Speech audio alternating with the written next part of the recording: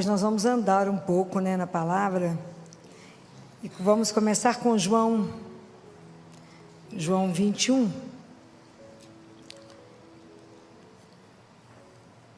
Gostaria de conversar com vocês, nesta semana e na semana que vem, sobre um assunto que se chama recomeçar. Mas para a gente recomeçar, nós temos que ter algumas palavras que nos ajudam a ficar de pé.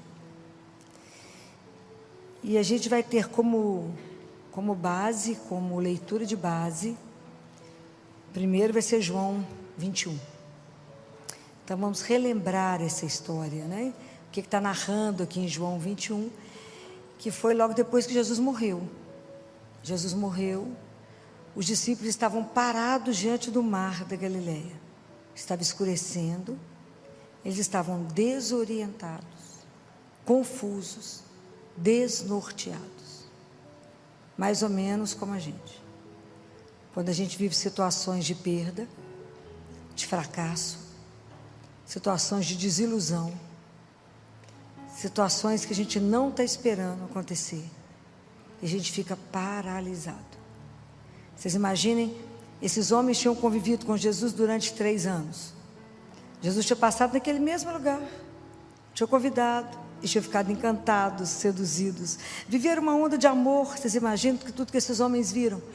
Viram o cego enxergar, viram o surdo ouvir, viram a ressurreição de Lázaro, passaram perto de um cortejo, de um defunto, e Jesus bate lá na viúva de Naim, na história, lá bate lá no caixão e fala: levanta, vai lá ver sua mãe. Pode imaginar o que esse povo viu. Viram a transfiguração.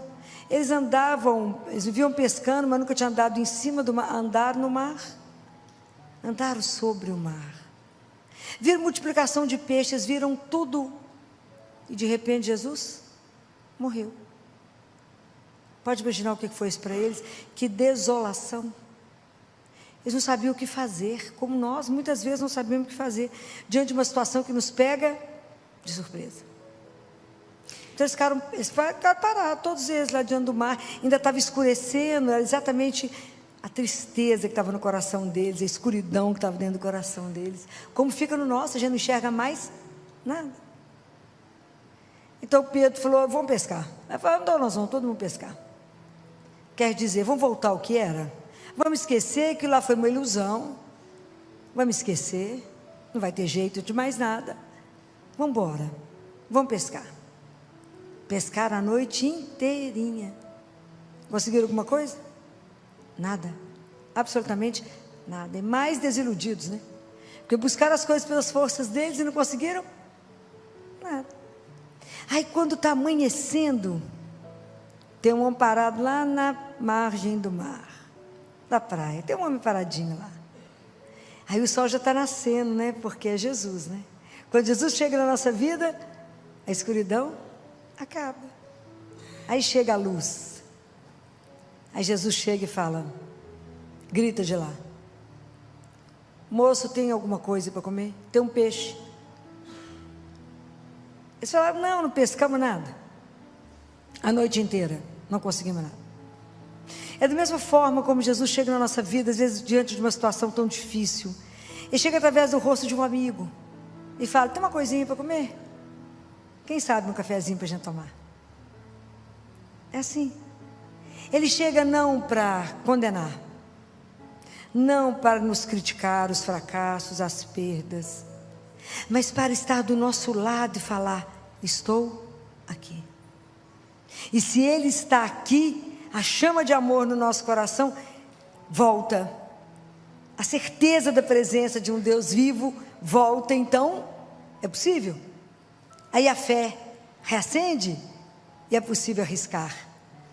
Joga a rede, só mais uma vez. Mas não pescamos nada, mas só mais uma vez. E aí transborda. É isso, A fé é que nos dá a força necessária para que a gente possa continuar o caminho. É a fé que fala: arrisca mais uma vez. É a fé que fala com você assim: olhe de frente pela sua dor, assume o seu problema, olha para ele Veja que é possível ser transformado. Veja que quando na nossa vida não tem mais razão, não tem mais saída, quando a situação é impraticável, fala, não vamos conseguir, Deus fala, agora é minha vez, agora é comigo, e eu posso. Prestem atenção no outro trecho, quando Madalena corre no sepulcro, Jesus estava enterrado, corre de manhã, de madrugadinha, para poder arrumar o corpo dele, e ela chega lá, e o túmulo está vazio. Isso é espetacular. O túmulo está vazio. Se ele tivesse cheio, era um túmulo habitado por um morto. Estava vazio e os panos dobrados, quer dizer, a história não acabou, tem muito por vir. É assim na nossa vida, na hora que você tem um fracasso, na hora que você tem uma decepção e fala, oi, não acabou não. Tem muito por vir, tem muito ainda por acontecer, tem muita coisa ainda que vai ser transformado. Jesus pegou a morte e fez assim com ela, quebrou ela, tirou o poder dela e disse, você não tem a última palavra, você tem a penúltima palavra. Deus destruiu a morte, destruiu. Então para todo fim tem um recomeço, guardem isso. Para todo fim tem um recomeço.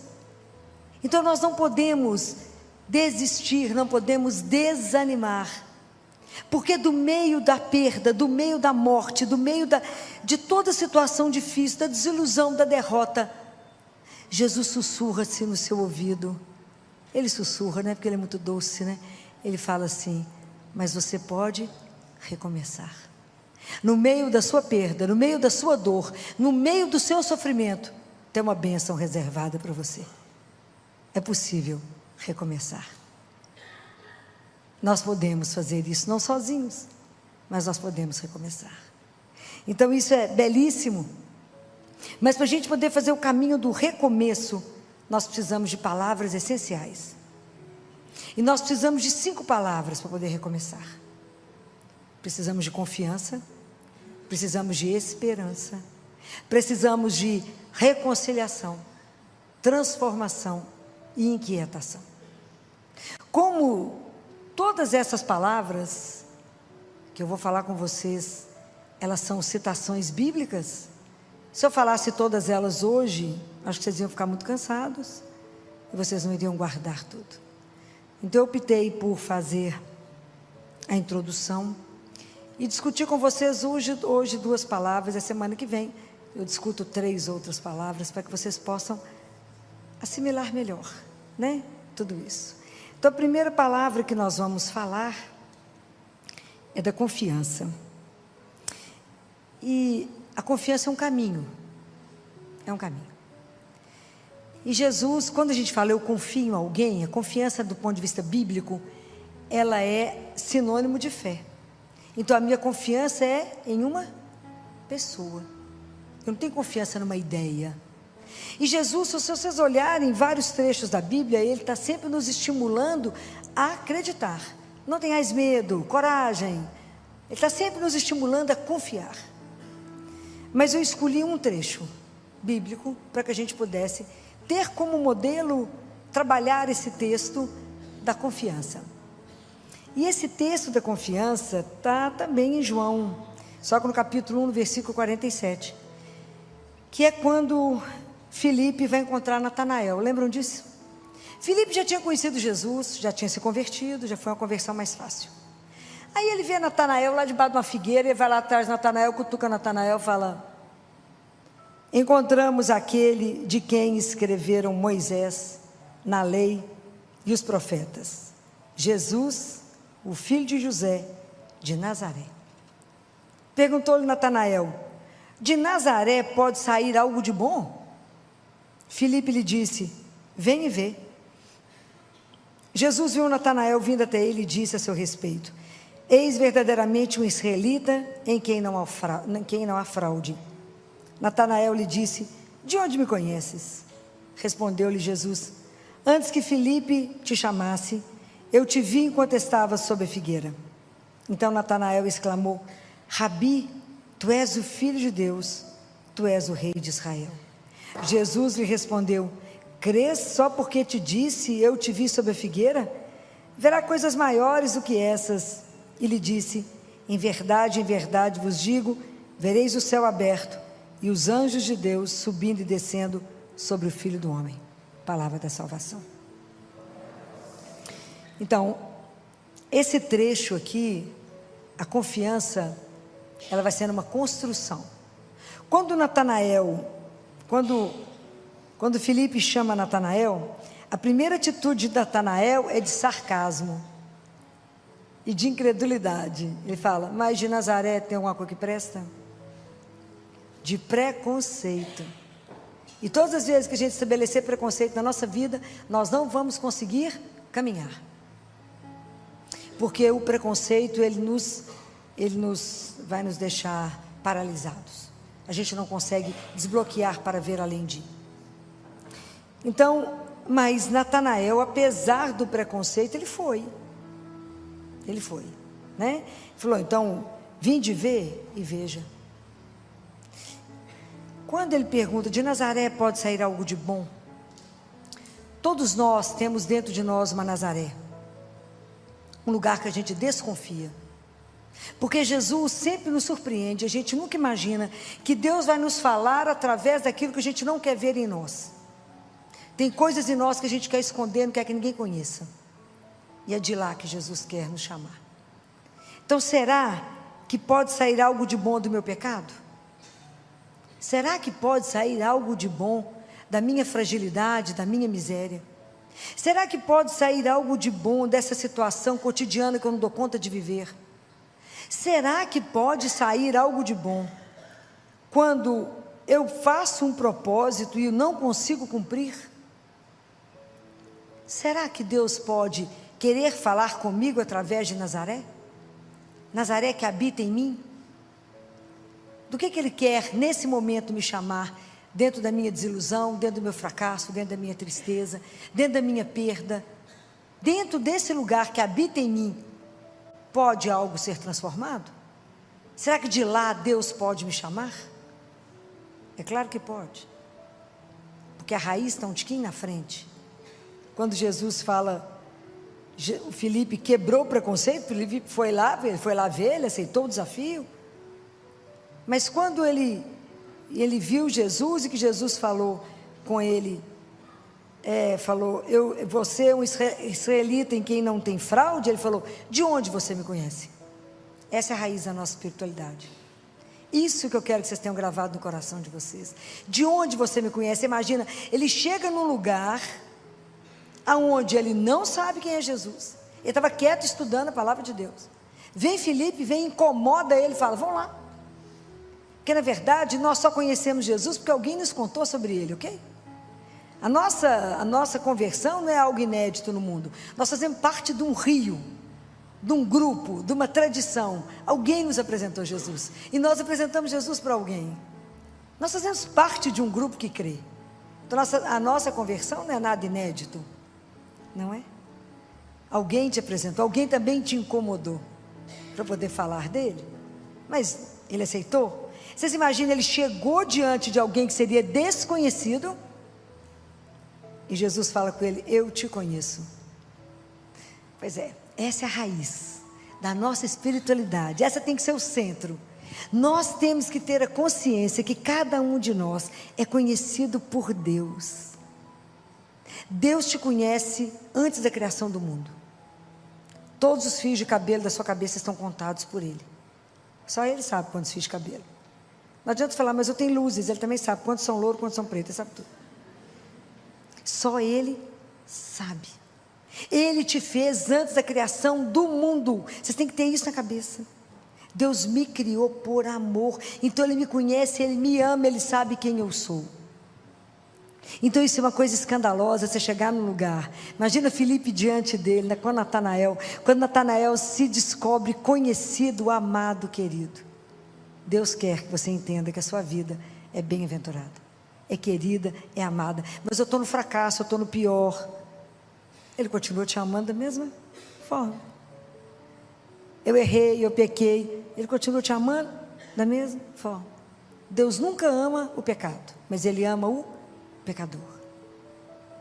Isso ninguém pode quebrar de você. Isso ninguém pode te destruir. E isso é o que te dá segurança para caminhar. É o que Paulo fala na carta aos Romanos. A gente é exprimido demais para todo lado, mas a gente consegue sobreviver, não consegue ser destruído por causa desse amor que é incondicional. Esse amor que vai te pôr de pé, essa confiança que vai te pôr de pé, porque você é conhecido, querido e amado. Isso é uma coisa que vocês têm que carregar dentro de vocês, que é essa confiança que te dá segurança para caminhar. Porque nessa hora que ele fala isso, é que Filipe fica quebrado nessa hora que Jesus fala, eu te vi. Deus nos vê, gente, é o presente dos presentes, é a graça das graças, saber que a gente é olhado. Porque a vida espiritual, a nossa vida, ela não é um sonho assim, de facilidades, não é? A nossa vida espiritual é uma luta. Todos nós que nos declaramos a favor de Deus e caminhamos nisso, não há uma tentação, não há nada que você vá passar ileso na vida, não vai. Porque a nossa vida é o dia inteiro uma luta entre o bem e o mal. A gente sai do altar para a arena todos os dias. Todo mundo que tem oportunidade de missa cedinho é isso. Você vai, comunga e vai para a arena, porque a luta é grande. E é o dia inteiro, é a luta entre o bem e o mal, o dia inteiro querem nos tirar de Deus. Então é uma luta que é cansativa, não é brincadeira. Mas é isso. Mas é nessa confiança que a minha vida tem um propósito. A minha vida não é do nada, a minha vida tem um sonho. Eu fui sonhado, desejado, querido. Então, independente do que eu estou passando nesse momento, eu vou continuar, porque tem um propósito, a minha vida não acabou. Mas eu perdi aquele que eu amo, mas se tivesse ter ido junto, acabou a missão dele, não acabou a sua. Mas eu sofri uma traição do meu marido, é possível voltar? Sim. Eu sofri uma traição da minha mulher, é possível voltar? Sim ou não? Sim, claro que é, porque existe uma coisa que chama perdão. E Jesus disse, quantas vezes que é para perdoar? Isso. Ok? É um caminho. É um caminho, é possível recomeçar? É possível. Vai esconder isso? Não. Como é que é a arte milenar dos chineses? Eles pegam o vaso que quebrou e cola com dourado, com ouro, para saber que dali saiu uma obra de arte. Mas nós temos que querer. É um caminho de transformação de uma família. É possível? Claro que é possível. Mas não sem um trabalho de reconstrução. Por isso que a primeira palavra é confiança. Confiança. Eu tenho que confiar. O nome da nossa confiança é? Quem? O nome da nossa confiança é Jesus. Ele é a nossa confiança. Em quem que você confia? Nele. Nele que me ama, que me criou, que a minha vida tem um propósito e que caminha do meu lado. Sábado nós lemos na missa, sábado o salmo responsorial era o Benedictus. Lembra do que eu estou falando? Estou falando quando João nasce, a língua dele se solta e ele canta o Benedictus. E ele fala que quando a gente estiver liberto do mal, a gente consiga caminhar na presença de Deus vivo. Isso é uma coisa de louco. Em santidade e justiça, todos os momentos da nossa vida. É essa consciência de que eu caminho na presença de alguém que não falha. De alguém que me ama acima de qualquer coisa. Então eu posso confiar. Eu não preciso ter medo do escuro. Eu não preciso ter medo. Porque quem está do meu lado é a própria luz. Eu não preciso ter medo de nada. Ele é a razão da minha vida. Ele cuida de mim. Não é? Belíssimo. Esses dias eu estava revendo o filme de Paulo, quando Paulo fala com Lucas. Lucas, então é assim, Lucas. Não acaba, Lucas. Não acaba. Eu tenho certeza que eu irei te reencontrar. Vou morrer, está para cortar a cabeça dele. Eu tenho certeza que eu vou te reencontrar. Porque, Lucas, morrer é lucro. Viver é Cristo. Nós chegar nessa frase, tem um chão, né? Tem um chão. Mas isso é espetacular que esses homens chegaram a essa conclusão. Bem, aí quando Natanael escutou isso, Natanael foi quebrado, né? A confiança foi restaurada. E Jesus não é brinquedo, né? Porque quando falou ali que ele estava... A figueira tem uma simbologia na Bíblia que é referente à palavra de Deus. Então, estar sob a figueira na verdade, você estar meditando as palavras de Deus para você se alimentar, né? Você experimenta a doçura de Deus. A doçura, né? Porque a palavra de Deus é aquilo que nos alimenta. Aquilo que Deus Pai fala para Catarina de Siena: Catarina, vocês são corpo e a alma é incorpórea, ela só se alimenta da palavra. Então nós temos que nos alimentar da palavra. E aí quando Jesus viu que Natanael, que a coisa foi refeita, ele relembra Jesus, ele faz um desafio para Natanael, né? Fala com ele: você está acreditando só porque eu falei que eu te vi debaixo da figueira? Coisas muito maiores do que isso você verá. E aí ele relembra a questão da escada de Jacó, né? Fala: você verá o céu aberto e os anjos subindo e descendo sobre o Filho do Homem. Guarda uma coisa: seja a situação mais sombria que você estiver vivendo, o momento mais difícil da sua vida, o céu está atento à sua vida. Nada escapa aos olhos de Deus. Deus cuida de você. Todo o céu se mobiliza por você. Deus nunca vai desamparar aquele que confia nele. Nunca. Guardem isso. Se Deus cuida do verme da casca da árvore, Ele jamais deixará de cuidar de um filho dele. Jamais. Quem falou isso foi ele, não fui eu não. Está lá no livro da Catarina de Siena. Catarina, eu cuido do verme da casca da árvore. Como eu posso esquecer de um filho meu? Não posso.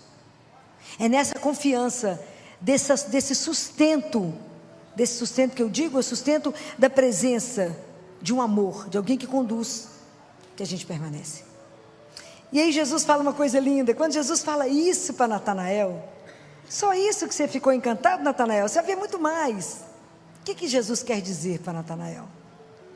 Quer dizer que quando a gente tem Jesus, quando a gente tem Ele, o melhor ainda está por vir. Pode ter certeza. Você acha que já chegou no fim? Tem muita coisa melhor que te aguarda. Essa confiança que a gente tem que ter, essa certeza, né? Não, eu estou com Jesus, então melhor estar por vir. Acreditem nisso. Essa é a palavra que tem que te manter de pé. Essa é a primeira palavra. A segunda palavra é sobre a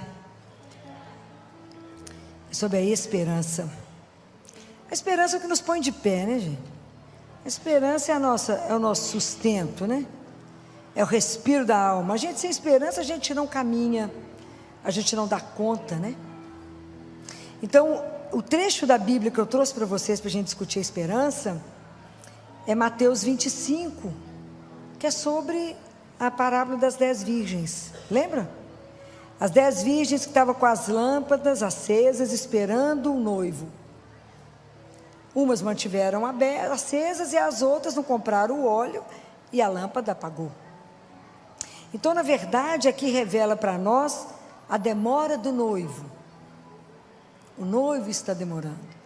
Jesus morreu, ressuscitou, falou: vai voltar daqui a pouco. Nós estamos esperando, tem 2000 anos, né? Daqui a pouco ele volta, nós estamos aí na espera. Mas nós sabemos que ele vai? Eu tenho certeza. Vocês têm dúvida disso? Nenhuma. Vai voltar. Gostaria de estar aqui quando ele voltasse, não sei, né? Mas gostaria de estar. Bem, então essa parábola ela é muito rica, porque a gente precisa fazer uma pergunta para nós: quem apagou a sua luz? Quem apagou? Quem quebrou sua esperança? Quem tirou de você a coragem de continuar? Quem apagou a luz? Aonde a desilusão te colocou no chão? Aonde você passou a viver o sono do espírito? Você adormeceu igual as noivas, esqueceu do óleo, esqueceu do azeite, dormiu, ficou letárgico, esqueceu de quem você crê, se apagou e passou a viver uma vida água de chuchu rala na superfície. perdeu a paixão, perdeu o desejo, perdeu a vontade de viver a vida com coragem, com força, com paixão para viver para Ele, por Ele, com Ele e nele. Desistiu, passou a viver o cansaço da esperança, como diz nosso Papa Francisco. E se eu encontrar os cristãos, está tudo morno, um bando de morto, vivendo o cansaço da esperança. Perdemos o vigor, perdemos a alegria, perdemos o prazer de acordar pela manhã e de viver para Deus e somente para Ele. Vivemos por causa do cansaço da esperança se arrastando. A esperança não pode arrastar. A esperança é aquela que te põe de pé e fala, vamos, mas está difícil, não. A esperança é aquela que fala, hoje eu falava com uma moça que falou, chegou, perdi o emprego, falei, menina, fechou uma porta, Deus abre várias. A esperança é aquela que me dá a certeza que se eu puser o pé, Deus põe o chão. A esperança de que Ele não vai faltar. A esperança que no último minuto Ele chega, que Ele não vai me decepcionar. É a certeza absoluta que eu não vou cair no vazio. A certeza que eu sou amparada, que eu sou amada, que eu sou cuidada, que eu não caminho em vão, que eu caminho numa presença, numa companhia e caminho com Ele e para Ele. Então quem foi capaz de apagar a sua chama? Essas tochas apagadas são aqueles cristãos que no primeiro momento se entusiasmaram e depois não cultivaram o azeite que o Espírito Santo te deu.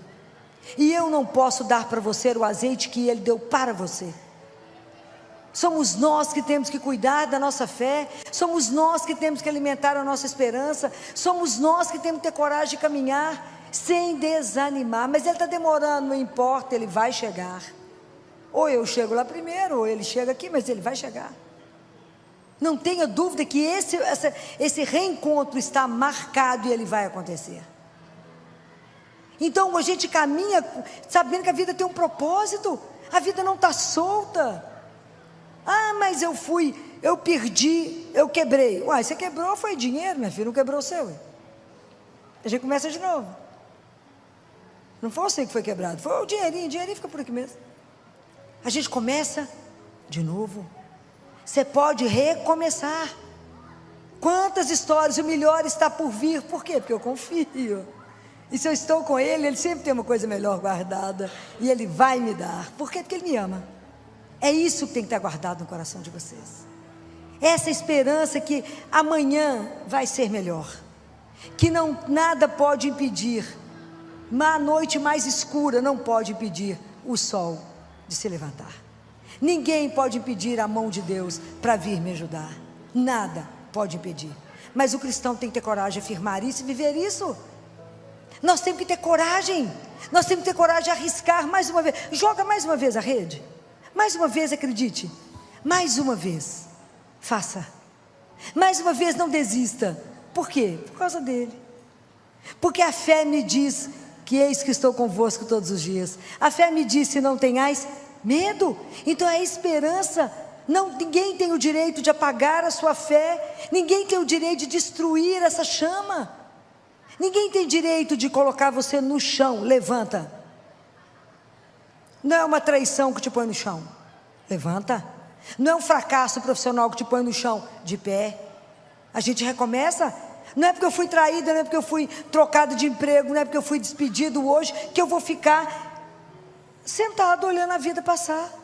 Porque nós temos duas opções: ou sentamos e viramos derrotista, passa a mão no passado, fala, ia ser assim. Mentira, nem ia acontecer nada que você pensou.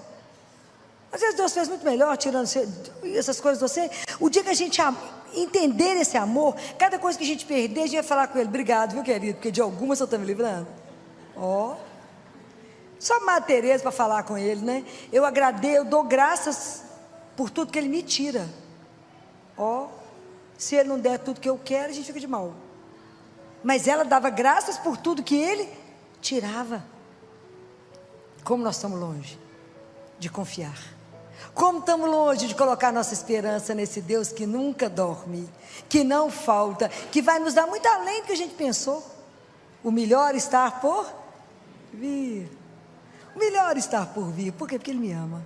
Então Ele está reservando algo muito melhor. Mas Ele espera que eu tenha coragem. Olha para frente, a fé te faz enfrentar o problema. Olha nos olhos do problema e fala: você não me destrói. Você não tem poder para isso. Eu sou um vaso de barro.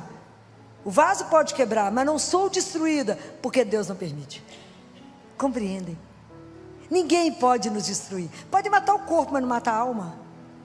Eu tenho que ter medo de quem mata a alma, mas matar o corpo, ninguém mata. Compreendem? Nós temos que manter a nossa chama acesa. É isso aqui que está escrito, o dia que vocês quiserem ler sobre isso, na segunda carta de Coríntios, no capítulo 4, que fala... nós somos atribulados o dia inteiro, mas a gente não é esmagado. A gente é colocado em extrema dificuldade, mas a gente não é vencido por causa dele. Essa fé que tem que abalar o inferno, que nós temos que ter. Nós temos que ser cristão baseado numa verdade, que Jesus é real, ele não é uma ideia. Ele é vivo. Nós temos o privilégio. Vocês receberam Jesus vivo hoje? Está com problema aonde? Qual é a dificuldade da sua vida que ele não pode resolver? Nós somos mole demais porque cremos pouco demais. A nossa fé é muito frágil, qualquer vento apaga. Quem apagou a sua luz não pode apagar. Acenda essa chama, levanta, fica de pé, se arrume. Fala: eu sou filha do Altíssimo, eu não me arrasto. Eu não me arrasto, Ele tem o melhor para mim. Se ainda não chegou é porque não está na hora. Chegará. Quem te garante isso? O amor que Ele tem por mim. É assim que a gente caminha, como filho amado, porque não é qualquer filho. Um Deus que eu vou aqui no Santíssimo e falo com Ele, e Ele resolve, Ele restaura. A gente chega aqui destruído, Ele te põe de pé. Você chega doente, Ele te fala: te curo. Que dia teremos essa fé? Larga de moleza. As situações difíceis não podem nos colocar no chão. Não podemos ser vítima. Nós somos donos da nossa história. Pega a rédea da sua vida, levanta e fala: vou mudar a minha história. Sozinha? Nunca. Com Ele. Mas com Ele quem te segura? Ninguém. É isso que vocês têm que ter coragem. Tem dificuldade? Que bom que tem dificuldade. A gente vai lá, conta tudo para Ele e fala: pera que eu resolvo você. A gente fica mal acostumado, bom menino mimado. Fala: também vou lá contar para o meu pai, ele vai resolver.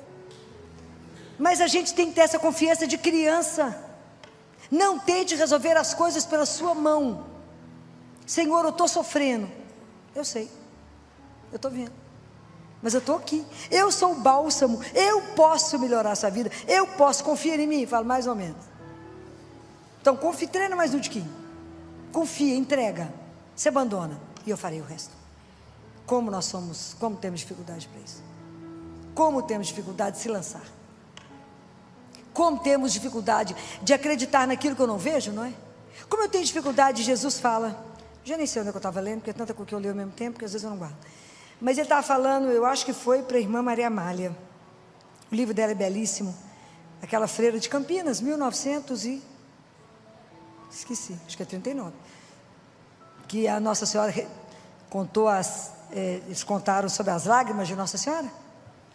É lindo, aquela mulher que teve todos os estigmas de Jesus, aquela freira, inclusive dos joelhos, onde Jesus caiu, machucou, ela teve todos. Foi uma freira de Campinas. E as conversas dela com Jesus é de morrer. Eu já fechei o livro 10 vezes, que eu não dou conta de guardar tudo, e tem umas partes que é muito difícil, falei: vou fechar. Difícil, vou pensar sobre o assunto, que é muito difícil. Mas ele fala, sabe aonde mais eu sofro? Ele fala: na hora da missa. Vocês têm ideia? Qual é o horário que ele mais sofre na missa? Essa palavra é dele, não é minha não. Tem ideia? Arrisca? Na hora da Eucaristia, porque meus filhos não acreditam que eu estou ali. Eu vou cheio de graça, cheio de coisa para derramar, mas o coração é tão duro que eu não tenho como deixar. Pensem nisso. E fala: uma mãe não faz qualquer coisa por um filho, por amor. Eu, por amor, faço o que eu quiser. Eu posso ficar escondido num pão. É por amor, eu posso. E eu sou o Todo-Poderoso. Eu posso ficar ali preso no sacrário por amor. Olha que vocês olharam no sacrário e falam: ele está preso ali por amor a mim, para ser a minha força, o meu sustento, a minha esperança, a minha confiança. Eu chego aqui destruído, vou lá, falo com ele, saio daqui ótimo. Ele permaneceu, que se ele não ficasse, a gente não conseguiria ficar de pé. Compreendem? Então o nome da nossa esperança é um só.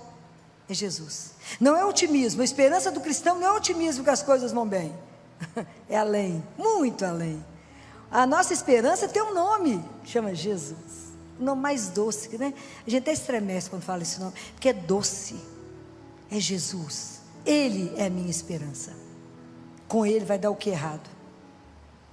Nada. E vocês têm que ter coragem de dizer isso com todas as letras. Nada dará errado por causa do amor. Guardem isso. Mas o amor ele tem só por causa de você? Não. Cada um é filho único dele. Guardem isso.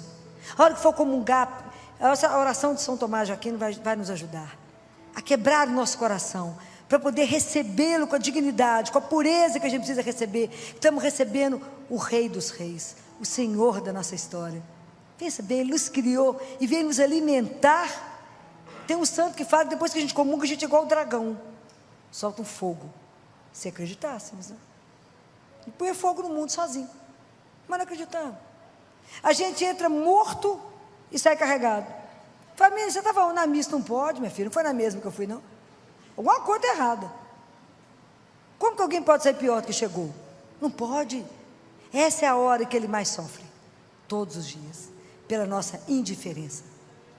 Que é como se a gente entrasse e saísse, não. Recebêssemos o Senhor, não acreditássemos. É claro que é um mistério, não precisa querer explicar, porque a gente não vai conseguir explicar. Mas a gente acolhe na nossa miséria e fala: eu creio, Senhor, mas aumenta a minha fé. Então, recomeçar, transformar a nossa história, viver uma outra história, escrever um outro capítulo. Fala: até aqui eu caminhei desse jeito, agora eu tomo a rédea da minha vida, pego a minha história e falo: sou uma filha amada, não vou viver nisso que eu estava vivendo. A partir de agora, a minha história tem um outro enredo que eu vou escrever. Como você vai fazer isso? É com Ele, é com Jesus, que vou perguntar a Ele: como é que o Senhor me vê hoje? Como é que o Senhor me deseja hoje? Como é que o Senhor me sonha hoje? Me ajuda a construir e escrever a minha história com o seu olhar, com o seu desejo, porque eu sei que é uma história de final feliz, porque o Senhor jamais sonharia algo de errado para mim. O Senhor jamais ia me colocar numa fria. O Senhor jamais ia escolher algo ruim para mim. Se eu estou sofrendo é por causa do meu pecado, que eu escolhi errado e não te pedi opinião. Mas agora eu quero começar de novo. Então vamos zerar? Vamos zerar. Eu vou lá, confesso, e a partir de agora eu começo uma nova história. Então nós vamos recomeçar? Vamos. Hoje vocês vão pensar essa semana, aonde vocês estão colocando a confiança de vocês, e aonde está a esperança de vocês. A sua mudança de história está na sua mão. Você pode recomeçar. Você é capaz de escrever uma outra história de sucesso, de alegria, uma história onde você pode revelar esse Deus de um poder extraordinário, que transforma a nossa miséria numa obra de arte. Está na mão de quem fazer isso? Na sua mão. Aí eu pedi a Patrícia, a Pati, que cantasse para nós uma música que foi escrita por uma pessoa que eu admiro muito, no momento de um sofrimento imenso, imenso. Era um jovem que tem um grupo de oração até hoje, estava casado, tinha um bebê de 6 meses, viajou em missão, na época que o celular era difícil, nem tinha tudo isso, e a mulher dele, jovem, teve um aneurisma e morreu. Ele achava que não daria conta mais, e achava que a vida dele era só agora pregar e criar a filha dele. Mas depois de cura, Deus colocou outra pessoa na vida dele, e hoje ele tem mais 4 filhos, né? E hoje ele com ela tem um trabalho belíssimo de missão, e ele escreveu essa letra dessa música. Eu quero que vocês cantem ela com força, com coragem, que vocês não podem sair daqui do mesmo jeito que vocês chegaram. Louvado seja o nome de nosso Senhor Jesus Cristo. Para sempre seja louvado.